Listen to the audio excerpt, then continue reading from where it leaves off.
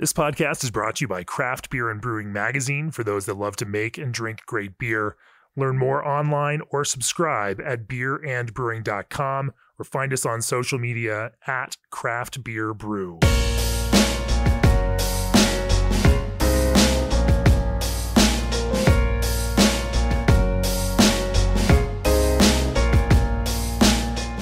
It's episode 288 of the Craft Beer and Brewing podcast. I'm Jamie Bodner, and joining me from Kansas City, Missouri, are Brian and Mary Rooney from BKS Artisan Ales.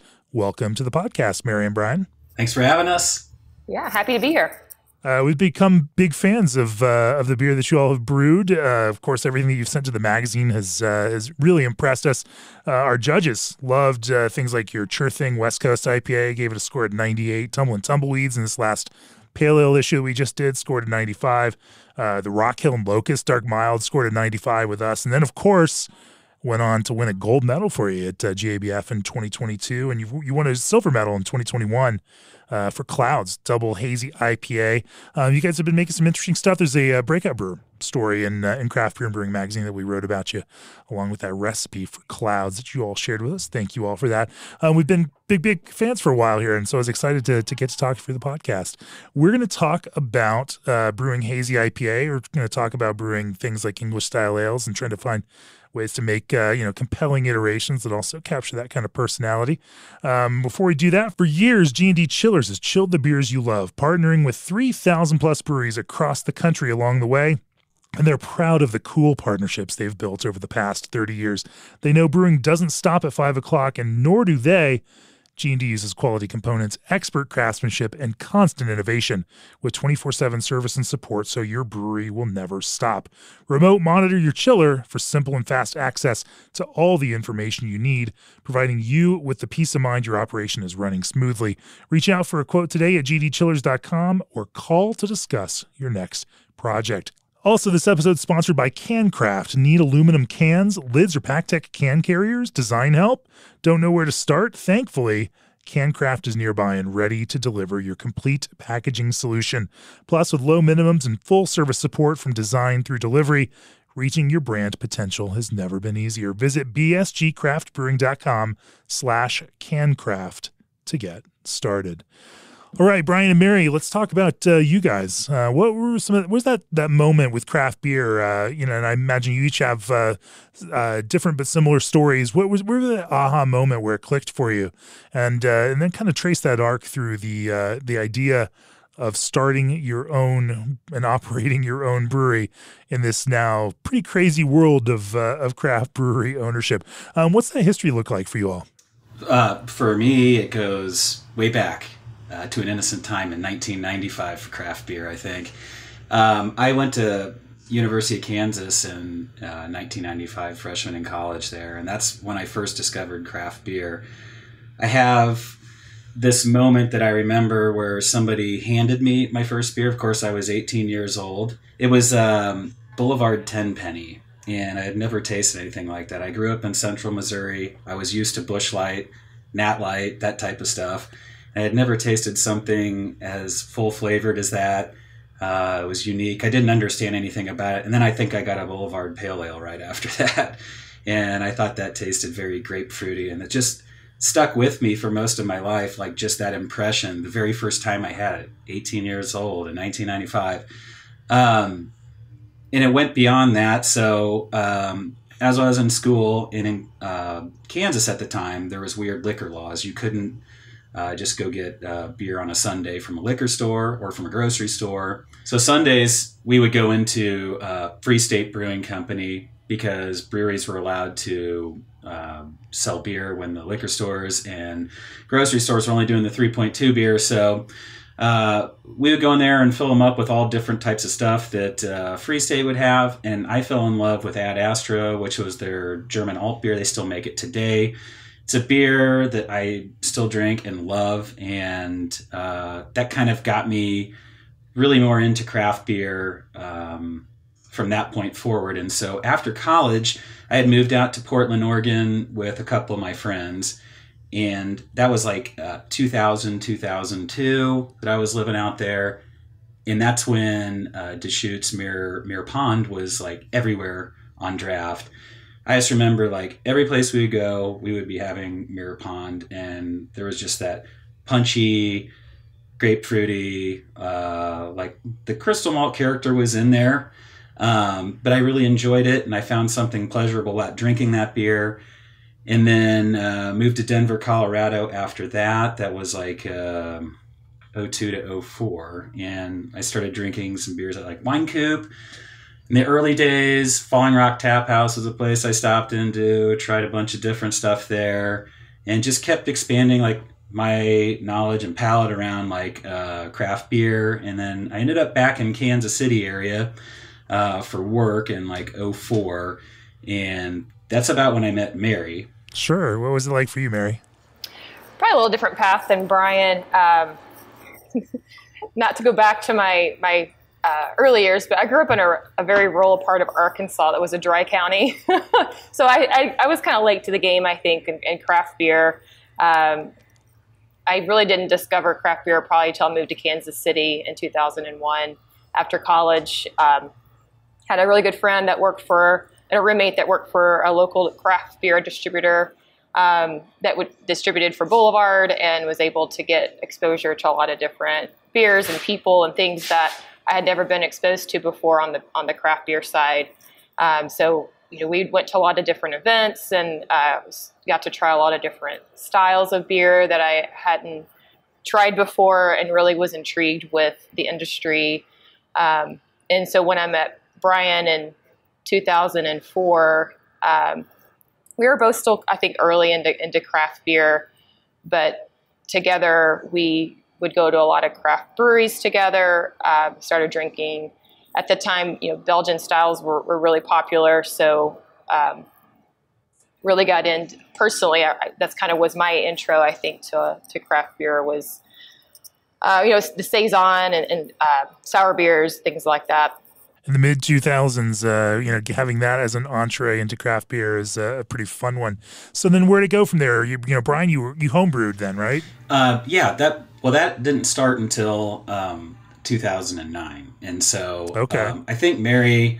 So backwards a little bit. So in college, there was somebody I knew that got a homebrew kit for Christmas, and I looked at it and I was like, "That's so cool! I would love to learn how to make beer." And then I forgot about it, and but I kept talking about it, and Mary obviously overheard me rambling about it all the time, that I want to do it, but I didn't know how to do it. So she buys me a Mr. Beer kit, and I know this is like how a billion stories on this podcast start with a Mr. Beer kit. It's surprising to me. I thought maybe we were the only ones, but we're not. And it's a touchstone. It's just common experience, right? Yeah, so I got the turkey fryer kit with the Gatorade cooler in the backyard doing that whole thing. I did it for a couple years, and then I got interested in, I somehow read something about water profiles, and the light bulb went off. It's like, well, I mean, most of this is water, so obviously that has to be a huge thing to it. And the beers I started making, and then I entered them into homebrew competitions locally. They just started winning medals. And so I talked with Mary, and I said I'd like to remodel a portion of our basement and put an electric brew system. This is like 2012. There was no out-of-box system that you could buy. You had to like build the panel, install the heating elements, drill everything on the kettles. It was real bootstraps. And so I did that and installed it in the basement.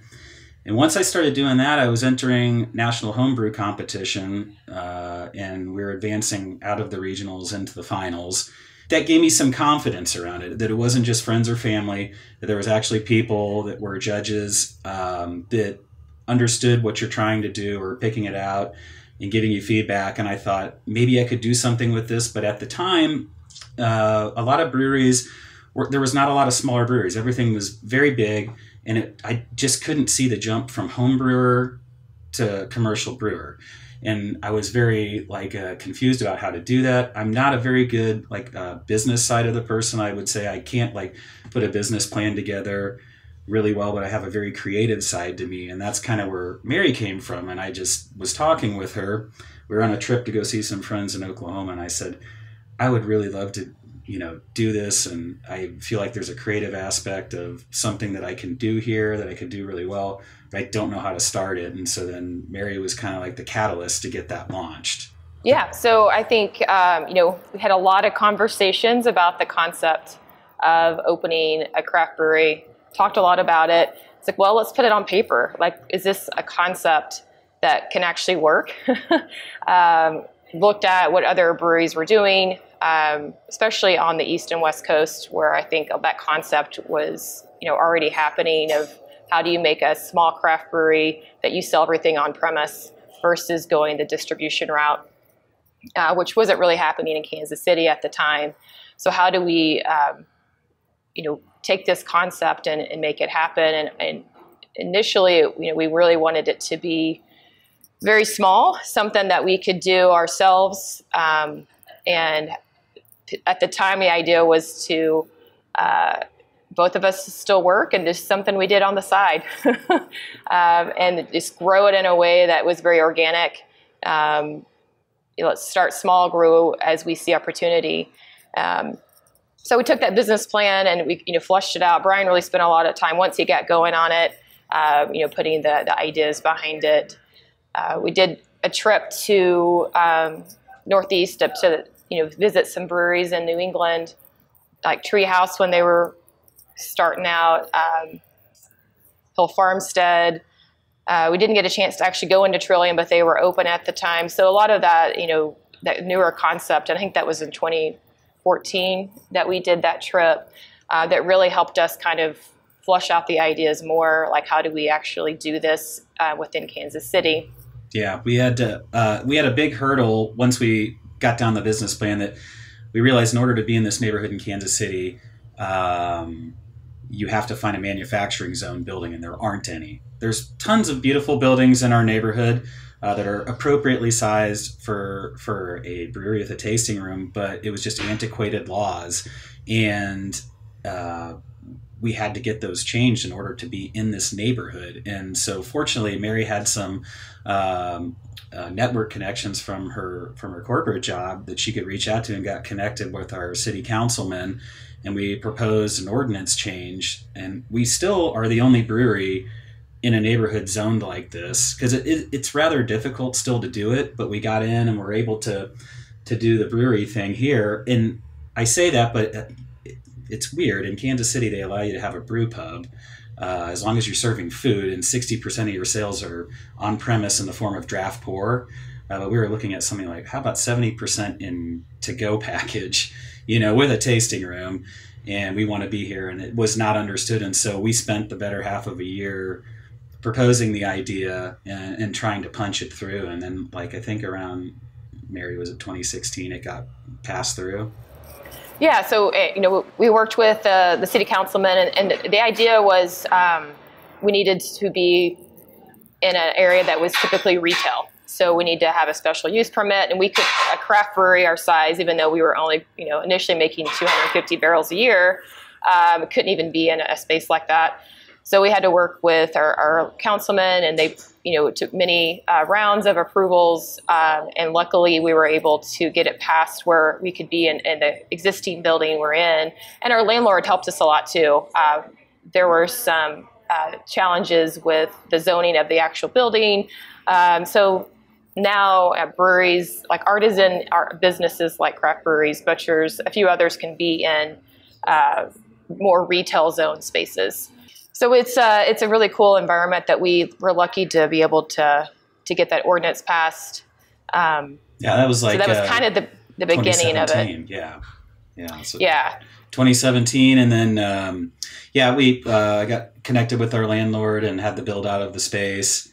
We opened in October of 2017. It was a 3-barrel brew house with 3 fermenters and 1 3-barrel bright tank, and just myself doing everything, with Mary helping me out, and then just some friends helping in the tasting room. And we just did it with just being open on Saturdays only. And it was, that's all we could handle. Right out of the gates, it was a lot of crushing interest, I would say. There was a line out the door, and I mean, you can pontificate on why that happened or not. It's it's kind of surprising to me still to look back on it.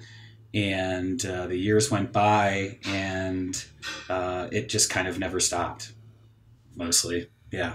That's fantastic. And I love when you say the city let you do it, but really the city didn't let you do it. You went after it and made it happen. And I think, that's another interesting piece of this entire, craft beer story that, in a broader sense for a lot of ways, this wasn't given to, so many craft brewers have had to change laws, change ordinances.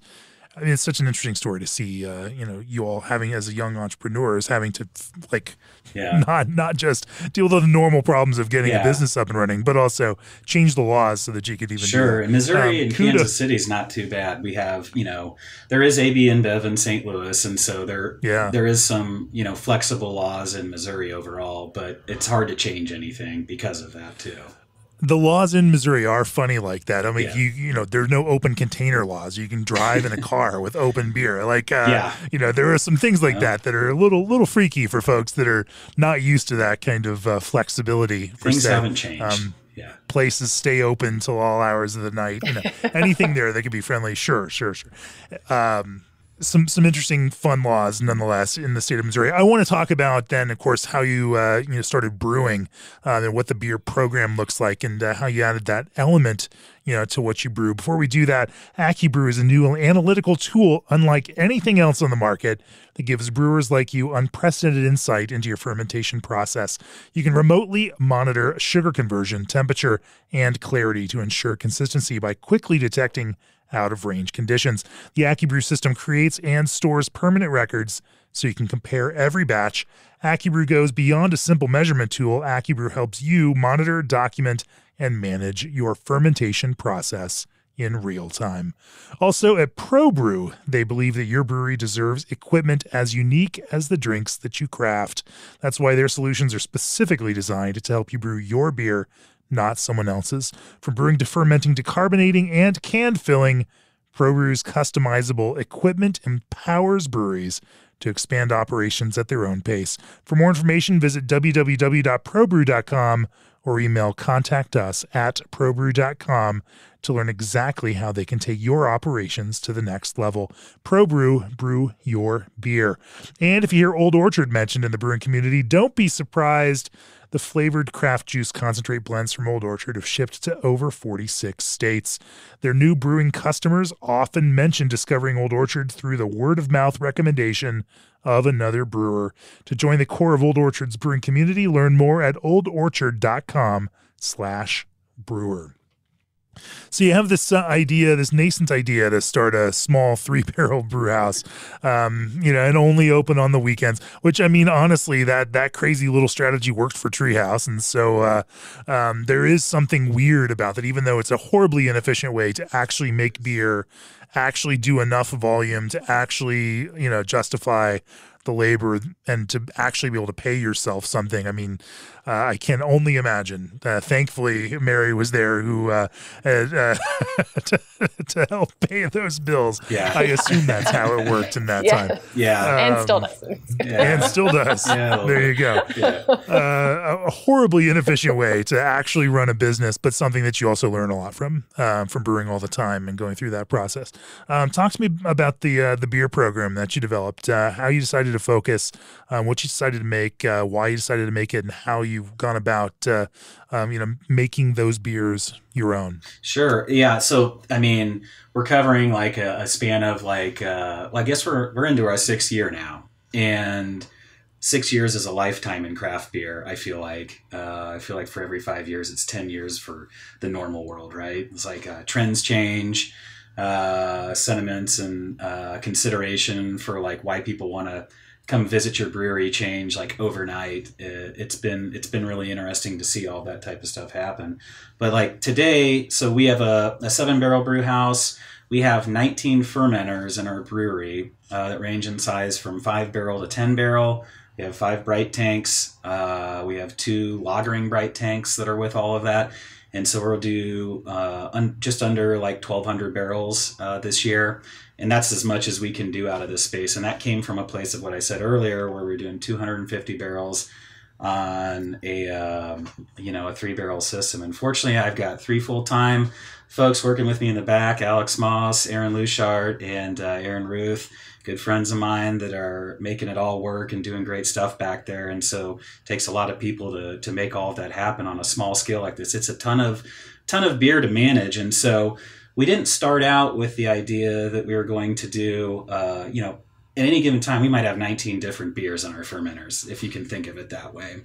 But a lot of them might have some lineage to each other. We're just expressing with different dry hops, maybe a different yeast, all of these types of things. And so when we went into starting the brewery, it was just like a couple things for me. It's like, and Mary, we talked about, it's like we wanted to stay nimble and we wanted to stay relevant, meaning like kind of finding a way to connect with like what we love drinking, but like also like where the consumers are at. Like I don't think we're arrogant enough just to say like, this is the beer that we love and you're going to take it and you're going to love it. And luckily we had some in between on that. And then I think we also talked a lot about, we wanted to source the best ingredients, no matter the cost, no matter the sacrifice for the business, in order to make sure that the beer is tasted absolutely as good as they can. And then, I mentioned our staff. It's like we wanted to make sure that before we ever considered growth, that we had the right people that were on board, meaning like we would hire somebody when we were just like busting at the seams, like we couldn't handle it anymore. We needed somebody. We would get the right person, and then maybe we're a little staff heavy, but then we would grow the business for them. As far as being nimble and kind of responding to trends, I think, that is kind of who we are, and that's part of why we've stayed the size we are. As far as the size of batches we're brewing, I mean, we're brewing, the biggest batch we'll brew out here is a 10-barrel batch, but it allows us to, share it directly with the consumer in our tap room. We do very limited distribution, so most of all of our product is sold out of here. So we can get that instant feedback from our consumers, whether it's in a can format or on tap. That helps us then take that feedback and, maybe even something we're brewing this week, like, hey, we're going to make this change. Like I told Brian this morning, I was like, we keep getting asked about this beer. We need to make it.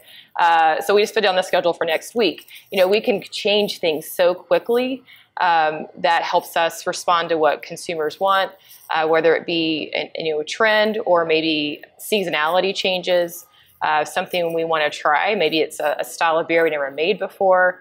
That small batch allows us to do that. So like, hey, today we want to try making an amber lager. We never made it before. Well, let's do a 5-barrel batch and see how it goes. We may not make it again. Maybe we may make it 500 times. But I think that has given us the ability to be kind of our own little incubator. And that's why people keep coming back too, I think, because they know every time they walk in our tap room, it's going to be a little different than the last time they were here. I would never urge anybody to start as small as we did, but it was the right thing that worked for us. And I didn't have commercial brewing experience. I was scared to death of a 3-barrel brewing system. I thought it was the biggest thing I've ever seen. And now it's just, of course, it's no big deal. But for me, we got to brew a lot of beers, and a lot of them turned out really well because, we were able to scale a lot of it from homebrew side to that level. I don't think that it would have transitioned well to a 10-barrel size. And so I got to learn along the way. We got to stair step it. I got to build relationships and network with a lot of key people in our local pro brewing community, as well as outside of here. They were able to taste the beers and were really interested in it. And I got tips, and I got to learn from other people along the way about how to take the next step, because I wasn't ready for the next step. I didn't know enough about it. And so I've learned a great deal from a lot of other people that have helped us figure a lot of these things out. And it's through friendship and relationships and people who are willing to share. And so I'm always super appreciative of that. But we definitely had some failures in the early days, but the failures were small. So we didn't have to suffer through those. And we got to stair step it. And I think that's one of the things that a lot of people can't see at a small scale brewery like ourselves, where we started and where we've got. We had to go through a lot of those things. Where it comes out now is most everything that comes out of here is very polished, very much how we want it to be, but that's taken years to get to it. We're 6 years in, and it's these things should be happening. This is exactly how these beers should turn out, you know? So, it's been a long journey with it in a few 6 years. Yeah. Sure. Well, let's. I do want to talk about how you particularly brew in a technical sense, and how you have done things, because you don't just start winning medals and scoring the way that you score with our blind panel just out of nowhere. And obviously it didn't come out of nowhere. It comes from many years of working through this. I want to talk a little bit more about how that reflects in some of the key beers that your customers are really loving for you. But before we do that, from the rotatable pickup tube on Rogue Brewing's Pilot Brewhouse to the integrated hopbacks on Sierra Nevada's twin prototyping brewhouses, SS Brewtech has taken technology they invented, working with world-renowned industry veterans, and made them available to every craft brewer. To learn more about SS Brewtech's innovation list, head on over to ssbrewtech.com. Also, have you heard of Christian Hansen? They're the fermentation experts with over 100 years of experience in dairy and wine, and they are now bringing that knowledge of microbes to brewers with their Smart Bev range of frozen liquid yeast and freeze-dried bacteria. This portfolio allows for consistent performance at the brewery and produces a range of high-quality brews. Reimagine what your beer can be. Go to Christian Hansen, CHR-HANSEN.com to learn more about the Smart Bev line of products. That's CHR-HANSEN to learn more. From my perspective, you guys and Progressive IPA styles have done some fantastic work. Let's talk about where you started in building recipes around that, and where you are now. Clearly, it's not just us, not just our blind judges who love the way that you're brewing these. But when you're concocting a recipe, when you're really visualizing this nowadays, where do you start building a recipe for a hazy IPA? We think a lot about how we make all of our beers. It comes from soft process, and soft beer is like, that's the idea that we think about. Is I find something about the soft quality of beer when I have something like that, I recognize it, and so like I'm looking for something that's not blocky or angular or harsh. And we're trying to find something that's soft and palatable, all those sorts of things. And so for me, it starts number one with water. And I think that's the key that sets you up for success with beer. So for water profile management, so we have a bunch of different water profiles for all the different beers that we do. So to talk a little bit about Kansas City, we have extremely rough water to work with here. We're off of like the Missouri River watershed, and so our water's like 9.8 pH, extremely high sulfate level. Like we'll get up sometimes in the winter to like 350. Oh my goodness. Yeah, so you can use it sometimes if you're doing stouts. In fact, sometimes that like buffer of the higher pH is excellent for that. Like we can really come in line with like a really nice like pH level for our stouts, that type of stuff. But I think for like golden colored types of beers, it gets a little challenging, and there are ways to work around that. Like heating your HLT water, getting it to precipitate out, dropping some of that minerality. And I think some of that does happen for a lot of the breweries that may use water like that. But for us, we started taking a look into water samples and noticing like the TDS levels that shift seasonality. And so we started seeing some seasonality swings in our beers from like summer to winter and all these types of things. And I thought our beers tasted better like when there was like spring runoff or fall runoff, when there was like more water going through and the minerality was a little bit lower. And so we started with city filtered water. But what I started to get an idea about was maybe we should use RO. And I have always thought that like all RO water leads to kind of like a little bit flabby beer, in my opinion, as I think there's intangibles that are in your city water source, like colloidal stability of these ionic bonds that are in there in the minerality. It's like you can't discredit those. You can't get rid of those. There's like a terroir of your city water source that you have that I think you should use if you're a brewery. You should find a way to use it. And so we use a blend of reverse osmosis and a blend of city filtered water. And what we're targeting is specific total dissolved solid levels. And when we look at that, those lead us to some theoretical ideas, because over the years as we've tested it, sending it off to Ward Laboratories, we know that with that TDS level, there's going to be roughly this calcium, roughly this chloride, roughly this sulfate level, and we can depend on the rest of the magnesium and sodium to kind of be the same. And so then we can build our water profiles up based off of that. And so we start every beer from that standpoint is like, let's start with soft water. So you'll change the percentage of your RO water with your filtered city water Absolutely. Based on where you're, to get you in the ballpark, and then you'll build up and kind of add where you need to from there. Yeah, we kind of have I would say for us, it's an oversized reverse osmosis system. It's very powerful for our size. We spent a little bit on it, and so what it allows us to do is get more 7-barrel brew house RO system. Okay, yeah, I'm getting a sense here. Sure, but we can blend in line with it essentially to get what we want, rather than having to like fill an HLT and waste that expensive water. We use our HLT essentially as city filtered water. We could top up with it. We clean our brew house with it. We don't necessarily use it for graining in. We use this more like inline feed, essentially. And we have a grist hydrator that it pushes into at about 5 gallons per minute for us. And so it does a really great job, and we can get on-demand. We run it through tankless water heaters and get an on-demand temperature that we're looking for every single time. But it's very customized water for us every single time we brew, and it works really well for us. And so we can have a lot of fun with it. Like, it's really great for lager. It's really great for, IPA. It's really great for stout or any other dark beers or whatever we're doing. So we can manipulate it along the way. But I think the other piece that comes with that outside of water is pH management along the way. And so because we are manipulating that water, we're really focused on not just the mash pH, but we started running some trials of what is the proper pre-boil pH? What is the proper knockout pH?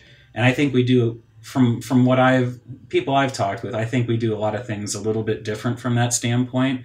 We have a little bit of a different approach with knockout, and why that works, number one, in hazy beer. But I think we also treat it differently for West Coast. We're trying to find a pH in the water that expresses bitterness in a different way, that maintains haze in a different way. We think pH is closely related to those types of things. Okay, yeah. You're dropping these things out here, but I want to dig more into that. Yeah, go ahead. When you say that, what does that mean? In terms of, and it's funny, I've just been talking about pH quite a bit over the last, 10 days with brewers, and you're right, people have different approaches to this. For you, what do you, with a West Coast IPA, or let's start with Hazy IPA. Yeah. Number one, is there, as we're walking back, let's start, thinking about how you build that up. Is there anything unusual or different about, as you're building that character back up within your water? Do you take some steps? Are there certain additions that you have found that you like that may be unusual or not necessarily used by everyone else in the process? Well, I would say for us, like if we're talking hazy beer, let's start there. We're very much of the mindset of like 100 or 1-to-1 ratio, essentially, like on calcium to chloride. I kind of like that level. We're very low on sulfate. Like I said, Kansas City water is extremely high, so we'll adjust our TDS to give us a theoretical value where the sulfate's very low. And I like to eliminate sulfate to a pretty low level, because I think sulfate creates like this blocky, angular character in beer, which I might want that like in West Coast. I think that might work better there. So we might try to work with our TDS to elevate or give us some theoretical sulfate levels, and then build maybe with a little bit of gypsum on it, that type of thing. But I think that like for us, like we're going for almost like a lager water expression in our hazy beer. And so we're not far off of that. We go a little bit lower on lager with TDS. We get pretty low with Czech, more German type of expression. We're like and a little bit step above that. But like our hazy IPA is not far off the mark from that. But it's got a little bit more calcium and chloride to it. So we start from there. As we go through the brewing process on that, we like to bring our kettle pH down quite a bit lower than is traditional. And some of that stuff is proprietary for us. I think that those things do lead to haze stability, but I encourage people to play around with that. Like, go beyond what you know. Don't just take the standard numbers that you may have heard or whatever. Try to take it a little lower. And so my advice on that is, I think that if you read a lot about what makes a good Belgian wit, is it acidifying the wort quite a bit to a little bit of a lower level. It's like, but those are haze stable with that yeast.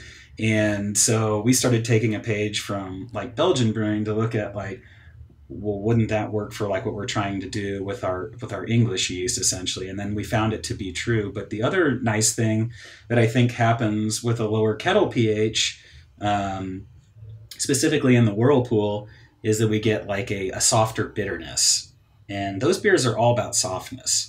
And it's like, if you get like any like blocky, angular, harsh bitterness that's in there, I feel like it can be out of place for hazy beer. And so we're trying to create softness with drinkability without being cloying sweetness. And so one of the things that I think a lot of people might be surprised about is that our beers don't finish with a high residual gravity on hazy beer, but they finish with like this like fluffier, softer sort of mouthfeel that's in the beer. And I think that comes from the water, and I think that comes from the pH. Like, we're landing, I'm a home brewer, so I still do gravity, and I'm like 1016, 1014. I think that's like 2.5 Plato, something around there. But like, we're not super high, like where we finish with our beers on hazy beer, but it still leaves enough behind that there's like enough to like go back and drink it and want to keep sipping on it. No, that's clever. When you how much, I don't know how much you'll talk to me about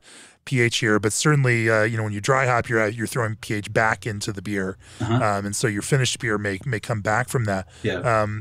But how far off of that kind of low fives pH are we talking about for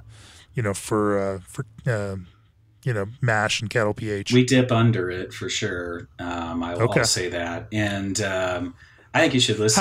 How do you like, is there a way that you like to acidify then?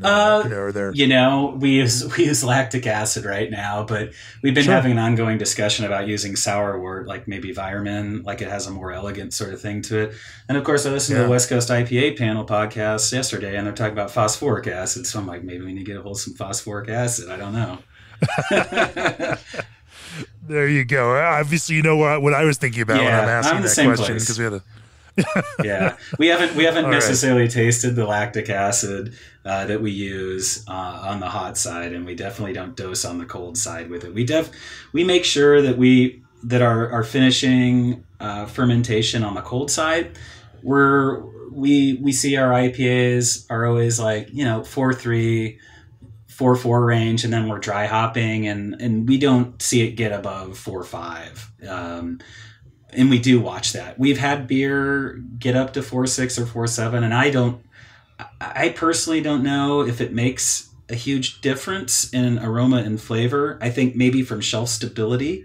I think maybe if you're going through like some warm storage types of things, that could possibly play a role. We're selling our beer mostly like in 30 days.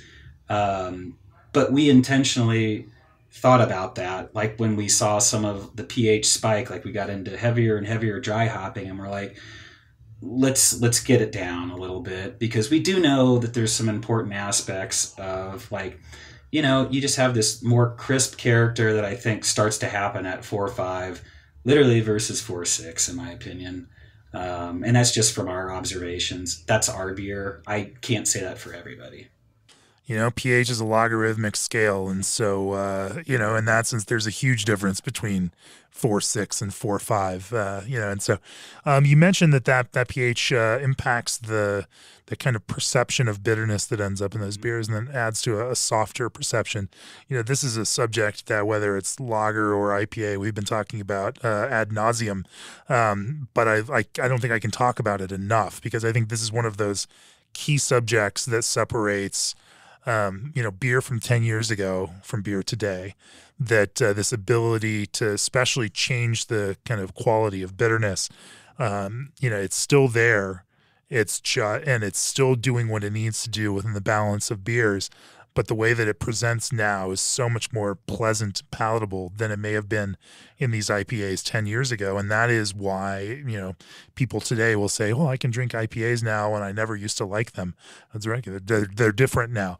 Talk to me a little bit about that impact there, as well as how that, from a variety standpoint and the way that you select hops, how you select hops that are going to provide for that bitterness in the softest possible way. Yeah, the hop selection piece is, of course, a big deal for us. But I think you're right about that. It's like that's, we talked earlier about like bringing people along for the journey. Like Mary hears this all the time, like from customers. She runs the tasting room and more for the brewery, like responsible for all the financial stuff. But she always tells me how much people are like, I don't like IPAs, but I like your IPA because it's softer, right? And we hear that time and time again. But I think a piece of that goes to selecting the right hops. And so we're thankful for some partnerships with like Hollingberry hops. They've been excellent to work with. Steve, who's our hop rep, is the man when it comes to selecting stuff, helping us through all of that. He's done a fantastic job of helping us get better with that and getting us the right types of things that make our beer better.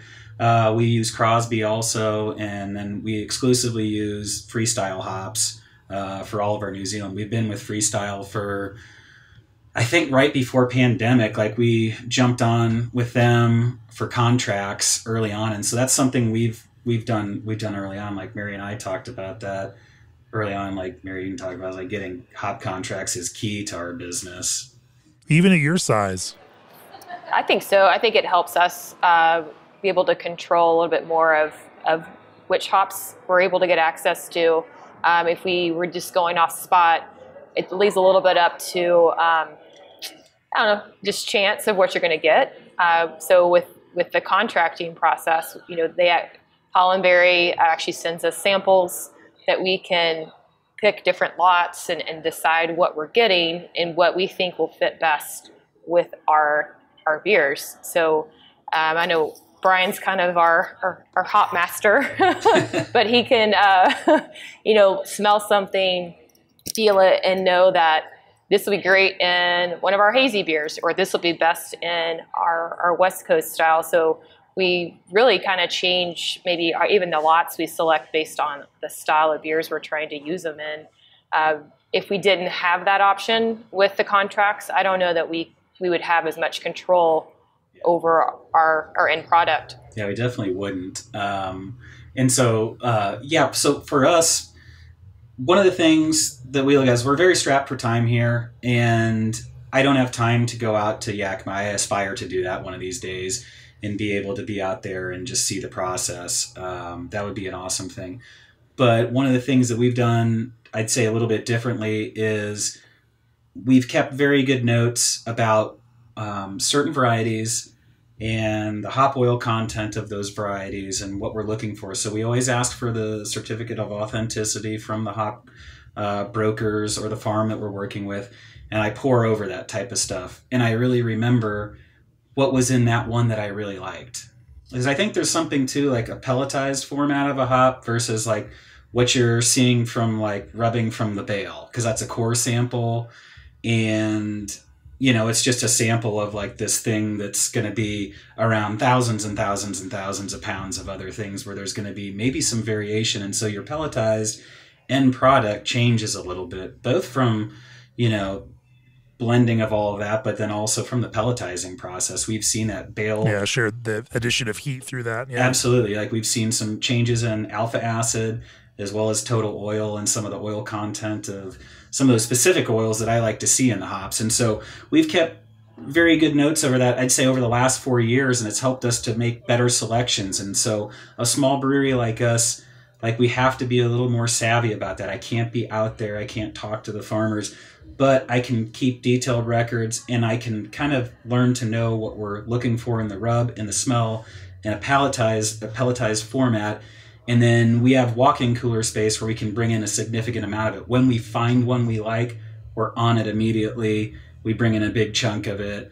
And that makes our day, of course, when we can find those types of things. But yeah, I mean, there's a variety of things we look at. It's like the first thing I go to is I'm trying to figure out, is it early picked or mid or late picked? And you can kind of derive some assumptions from that based off of like the total oil content of the hop and the alpha acid. And then once I kind of make a decision about... In what way? What do you see, how does that change for some higher of these total hops? oil tells me it's going to be a later picked hop. Later hop. Yeah, and then like within that spectrum, you're gonna see some of the onion, garlic, and tropical character pop up in there. But I'm looking for tropical character in those later ones, and those are my hazy beer hops. And then like I'm looking for higher alpha acid content for West Coast. And if I'm going to dry hop a lager, like and do it like a West Coast Pils or something like that, I'm looking for like what you want to use in your West Coast IPA, and I'm looking for like lower total oil, higher alpha acid possibly. These are just earmarks. They don't always mean it's going to be great. You do need to use these things in beer and decide for yourself if they're going to like shake out the right way. And then more granular. But if you can communicate that up front, to your hop supplier, Yeah. then at least, when they're sending you samples, they're sending you within a range, for the kind of thing that you want, rather than sending you stuff that, may not have a chance of making it in. Yeah. And so I'd say they're starting to know me a lot better about all of that. I think they can almost like... You're that customer? I hope so. I hope we are. I think they enjoy it, honestly. I mean, because it's like, it's so important. Like, if you're going to make hoppy beer, like, you should have those conversations. You should be totally engaged.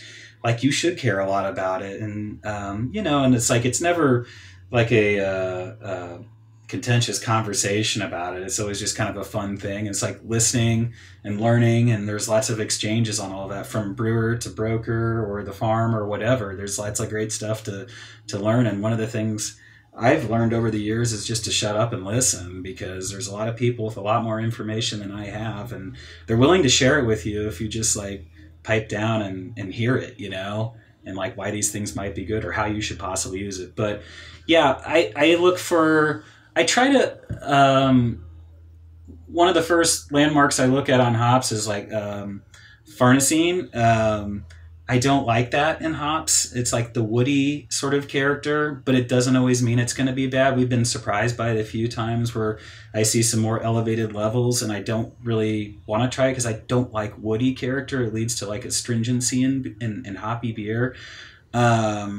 So we try to like kind of steer clear of that, but sometimes it's really nice. But I have eyes on a lot of those little like oil components that are in there, and I always ask for the COA sheet to see those types of things. I like, if I know I'm going to use a hop in the kettle, I want low cohumulone levels. It's going to give me like a softer bitterness. I don't want it to be harsh, like we keep talking about softness, and so those are things I'm looking for. And I think that's how you should be evaluating hops. If like you don't have the opportunity to go and select out in Yakima or have like a lot of things at your disposal to be able to understand, like while you're out there rubbing those hops, it's like these are landmarks for you to look for. And more often than not, they're going to lead you down the right path to picking the right types of hops. I also think, kind of going back to our initial discussion on, our small batches that we bake, we can test out, a lot of hops that we get from Hollandberry and see if we like it. If we don't, then we could change. And so that's the luxury we have with some of our contracting process of understanding what we're working with. And before we totally commit, let's test it out in a small batch and see what happens. Because sometimes we are surprised. We think this hop's going to be, super funky or it tastes weird, and then we use it and we're like, oh, actually it really works. But then we have whatever style. But then we have those hops. Yeah, but you never know until you do it. And so that's the other piece of it. That's kind of the fun that I think of it, is like sometimes we get some stuff that we're not totally fond of, and like so we blend out with it, and so we'll find a really stunner lot of hops that we like that's the same variety, and so we'll blend with it. And we find that we can blend out some of the attributes that we don't love in the other one and still get a desirable outcome. So it's not like all is lost if you have something like that. I mean, sometimes it is. Sometimes those go in the dumpster for sure. Or let it sit for a little while and it might. That's another thing is like, change yeah, too. we see Mosaic sometimes does better if you put some age on it. Especially for hazy beer, I think like we've come to some assumptions about Mosaic, in particular about with hazy beer, like we rub and we smell for like a sweet tea flavor that's in there, and we think that's good for hazy beer if some of the other landmarks are in line with it. And then more for like, West Coast, which is still an ongoing project for us. We're trying to still get our chops back on that, and we've been working on that for 2 years to really remember like what we love about that, because we've been brewing so much hazy beer.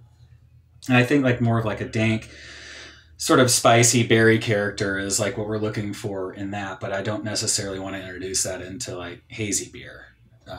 And so it's like we have Citra for both styles, we have Mosaic for both styles, and then we have like accent hops that are out there that we're really like, we have some ones that we think are really cool that we've been using, and it's wide open with all kinds of stuff these days.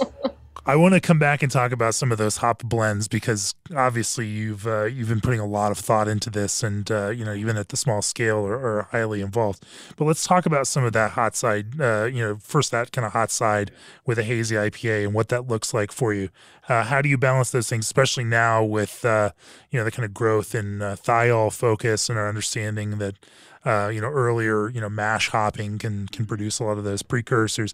What does a typical kind of hot side, regimen now look like for you, in terms of how you are going about adding hops through that? I think our brewing process is pretty simple.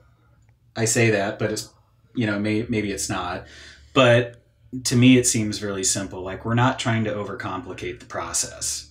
And I think that's something that we also talk about on the brewery side with our brewing staff, is like, it doesn't need to be complicated to achieve great results. You have to have good ingredients and you have to treat them right and be soft with everything. So for me, like on the brewing side, I think with hazy beer, we're not doing any bittering of any kind. Everything goes in the whirlpool.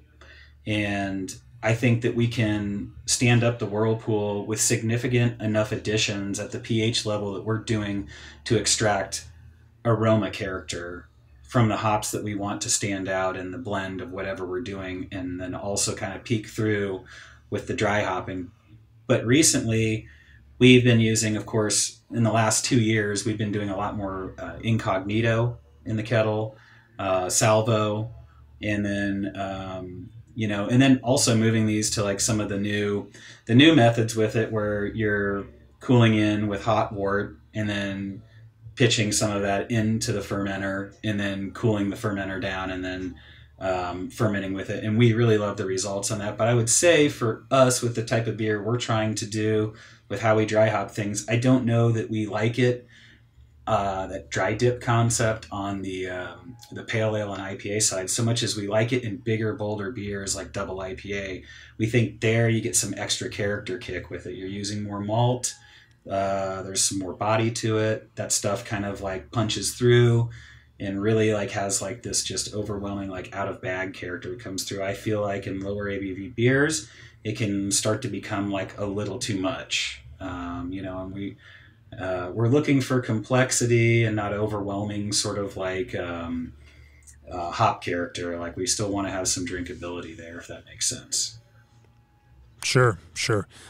So is there anything unusual or particular about your whirlpool process with this? And does that change, hop by hop, or is it pretty standard across the hazy IPA I think spectrum? that's an ongoing thing at the moment. And so we have found that specific varieties of flowable hop products seem to work better with other hops.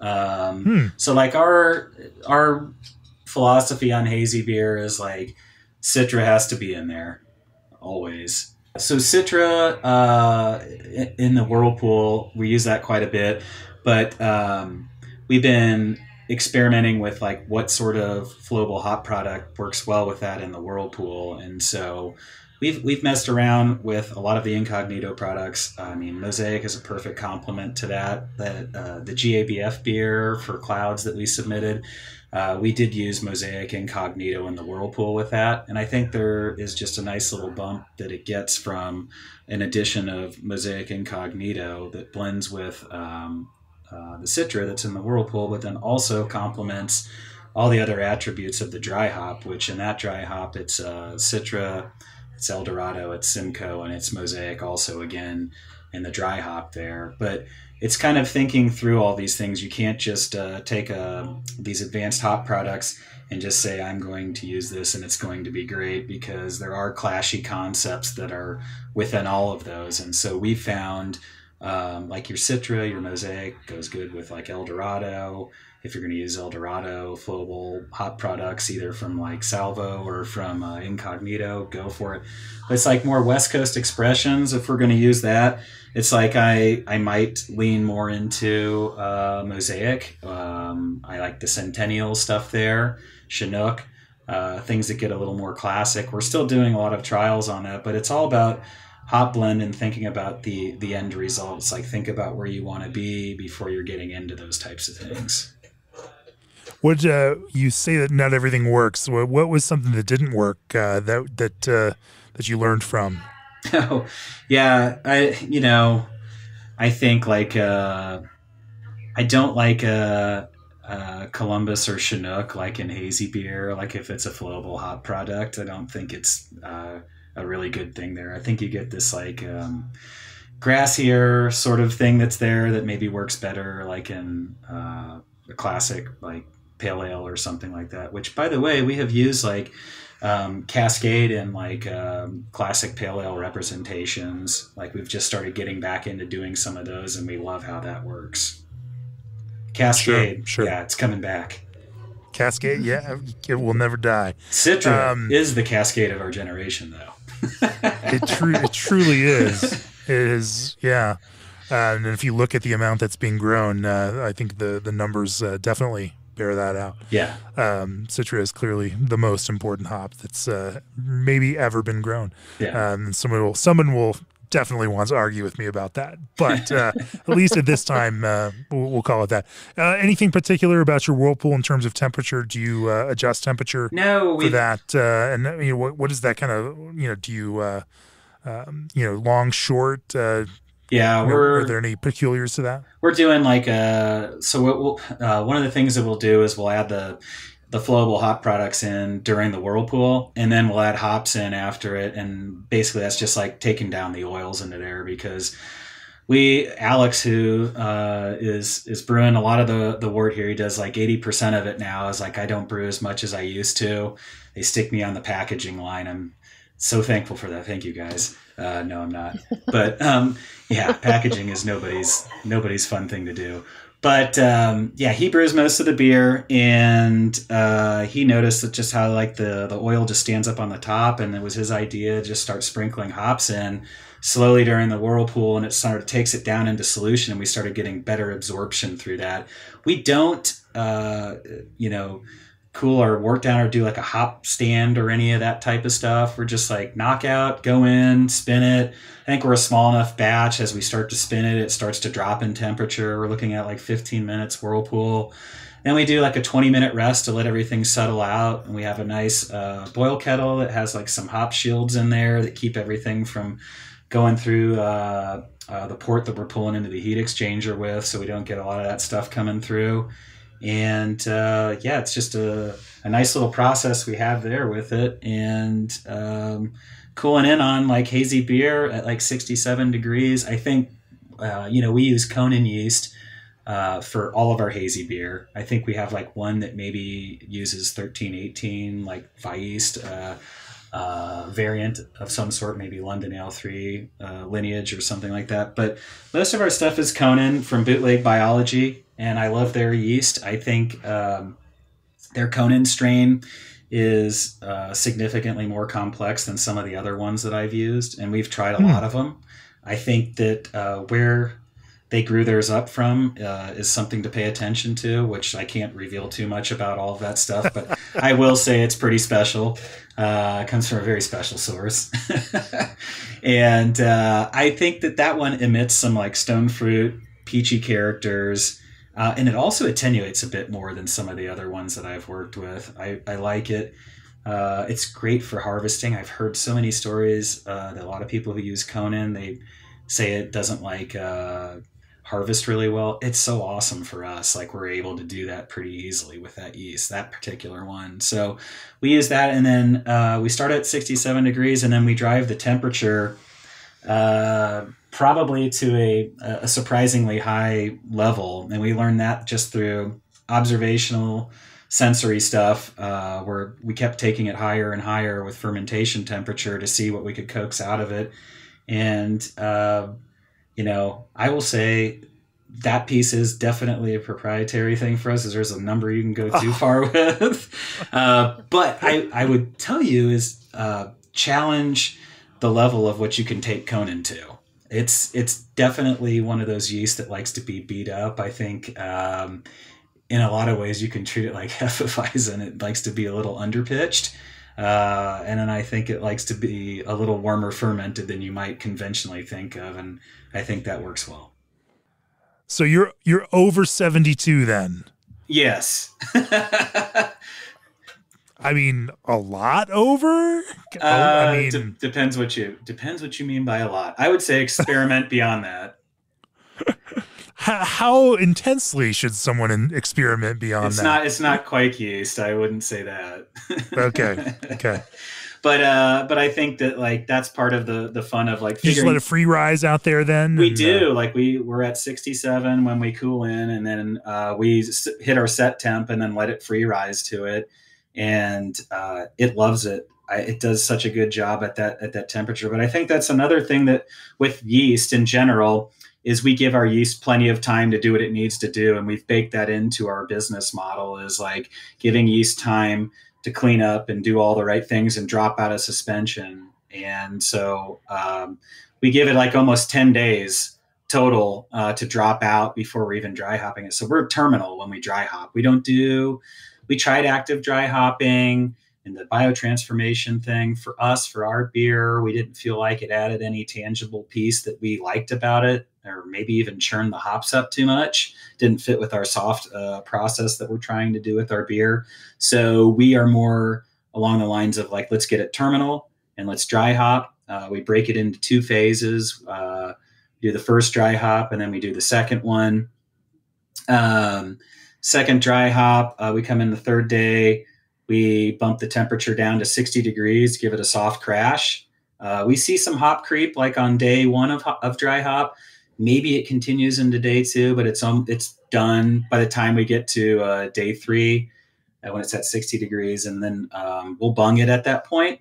And then we start dumping off at 60 degrees is the first dump, and then 35 degrees the next day, day four, we dump again. And then day five, we dump again. And then we're moving into the bright tank. So we're really a 5-day process, but we only have 3 days of contact time. And I think that's key for these hops is reducing vegetal and polyphenol content of the dry hopping profile as quickly as possible, while also passing through VDK or any hop creep issues. Yeah, makes sense. And it does sound like that kind of higher attenuation that may come out of that higher temperature approach, as well as, the kind of higher ester, production that would, typically come, from that kind of fits into the overall soft and fruity approach. And in fact, may actually, kind of counteract some of the kind of, or help add some character in there, given how quiet you are in some other places. Sure. Yeah. Some of these. I think we have like, because it is a warmer dry hop, that's where we pick up some more of like the tropical character, but it also probably speeds up the hop creep a little bit more because we're not trying to do cool dry hopping. Although we do some cooler dry hopping when we're doing like West Coast interpretations. And certainly with lager, we're doing that because we're nowhere near those temperatures at all. And it works just fine there too. Well, we've been talking for a little bit of time now. Maybe we'll pull back from the whole, brewing question and, and look at the, the bigger picture. When you started BKS, you wanted to create this small business that could grow organically and that could kind of see where it went for you. You didn't know exactly what to expect from it, and how things would go. Now, 6 years in, you have a little more clear of an idea about what at least the near term trajectory is. What do you think the next 5 years, next 6 years have in stake for BKS, and where would you like to be, in another 6 years from now? What's that vision for where you go from here? Well, I think I might be too impulsive with that statement, but Mary's probably better to take that one than me. Yeah, I think we we kind of have different visions sometimes, but really, yeah. I think we both ultimately want to produce, quality product. Brian was saying, we want to grow when we have the right people. We want to have efficient processes in place. We want to provide, the community a place to come and to gather. I don't know that we have the same vision on how big we're going to be, things of that nature. And I don't know that we really know. The industry, I feel like right now is kind of in a interesting standpoint of there are a lot of breweries opening. There's always a lot of breweries closing. And I think we need to take some time this year to see what happens. Mm-hmm. I think it would be, there's some things we can do now to kind of get things in a place where maybe we can be financially ready to take the next step if that came about. But I think we also need to make sure we're being aware of market changes, supply chain changes, consumer demands that, are going in different ways. So we need to make sure we're building a business that's sustainable and not just being reactive to something we think, we don't want to grow just for growth's sake. Yeah, that makes sense. I can tell you there definitely will be more sessionable, lower ABV beers from us. I think we believe strongly in that. Our English mild is like a cornerstone piece for that we made that had the GABF medal this year.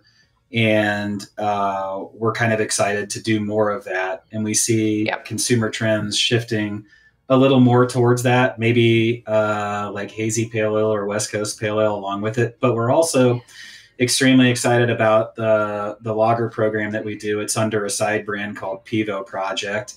And that's one of the ones that's kind of attracting most of my attention these days. And I'm very intrigued by lager fermentation and all the complexities that come with it. I could definitely see us taking some significant growth steps towards lager production and acquiring equipment to help us continue to make more complex lager. That's kind of the next evolution for where I see us going. And so still continuing along and making all the beers that we do with BKS Artisan Ales, but maybe Pivo Project has a thing of its own on the side. Interesting.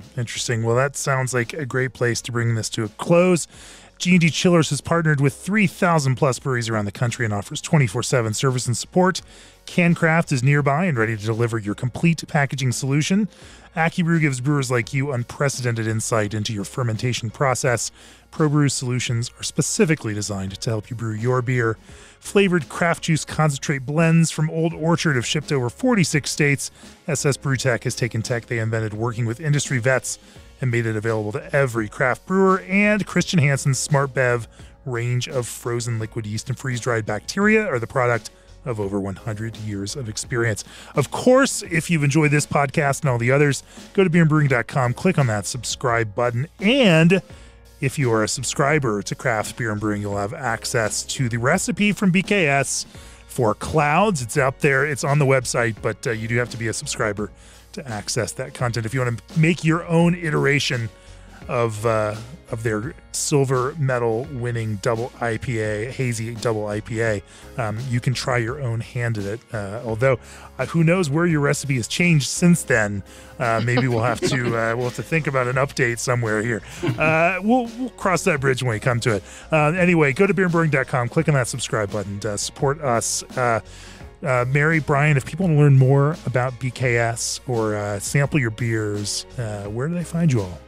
Yeah, so if you are coming to Kansas City anytime soon, maybe for a Chiefs game or something along those lines, we are in Kansas City, Missouri, Brookside neighborhood, 63rd Street in Holmes.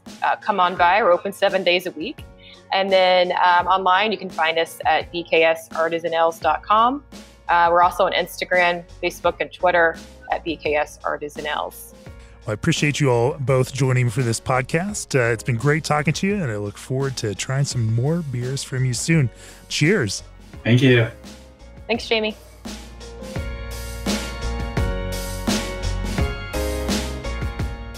This podcast is brought to you by Craft Beer and Brewing magazine for those that love to make and drink great beer. Learn more online or subscribe at beerandbrewing.com or find us on social media at Craft Beer Brew.